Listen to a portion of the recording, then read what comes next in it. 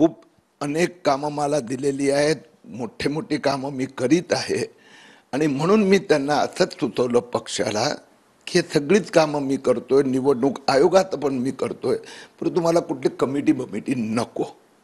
आणि शेवटी पक्षाला ते पटलं आणि त्यांनी सुधार केला आहे.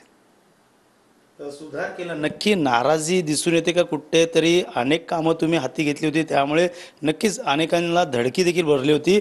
किरीट सोमय्या उद्या काय बोलणार? मात्र या पदावरती तुम्हाला ठेवण्यात आलं होतं, मोठी जिम्मेदारी देण्यात होती.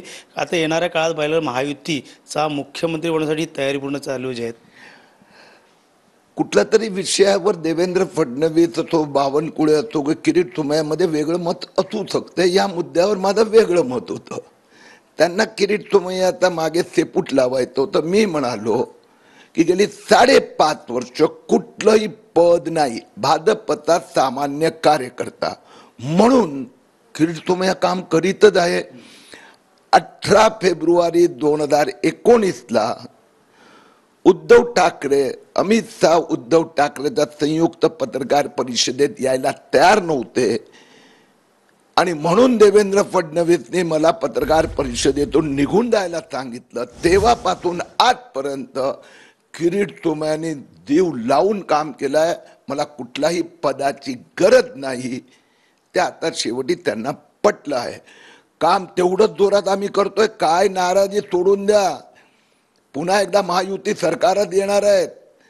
उद्धव ठाकरे सरकारने त्या 33 महिन्यात जसं विकासाचा प्रकल्पाची कशी वाट लावली, त्या एक एक गोष्ट जनतेसमोर येणार आणि म्हणूनच विकासात पुन्हा विश्वास महायुती सरकार.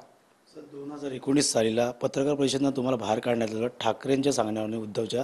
त्यामुळे कुठेतरी नंतर तुम्ही उद्धव ठाकरे असतील, संजय राऊत असतील, अनेकांचे घोटाळे काढले आणि परब असेल म्हणून महत्त्वाचा दुवा तुम्हालाकडे मानला जातो. मात्र अशा वेळेस कुठेतरी दिलेली संधीचं सोनं करणं महत्त्वाचं तुम्हाला? प्रश्न उद्भवत नाही. माझ्यासाठी देश प्रथम आणि नंतर भाजपा. म्हणून लोकसभेत पण मी तेवढंच काम केलं होतं 2019 मध्ये आणि 2019 मध्ये पण विधानसभेत पण तसंच काम केलं होतं. किरीट सोमय्या व्यक्तीने भारतीय जनता पक्षाचा एक सदस्य आहे. उद्धव ठाकरेंनी माफियागिरी केली मुख्यमंत्री म्हणून ते माफियानी केलेले लूट याचे आम्ही पुरावे दिले. खुन्नस काढण्याचा प्रश्न नाही. खुन्नस म्हणजे जो महाराष्ट्राचा विकासाची वाट लावत होते आणि ते घोटाळे सिद्ध झाले. बावनकुळे संदर्भात काय बोलणं झालं का फोनवरतं? देवेंद्र फडणवीसशी काय बोलणं झालं का या संदर्भात? तसं काही विषयच नाही आहे. प्रश्नच नाही. मी भारतीय जनता पार्टीचं काम करतोय, अधिक जोमाने काम करतोय.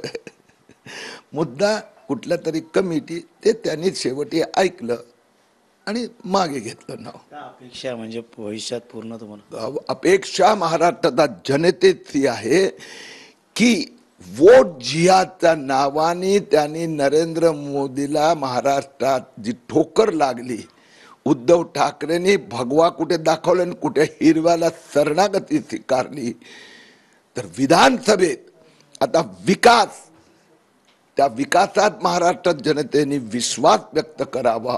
मग ते मेट्रो असो, कोस्टल रोड असो की लाडली बहिणा असो किंवा शेतकऱ्यांचे प्रश्न, अपेक्षा महाराष्ट्रात पुन्हा महायुती सरकार.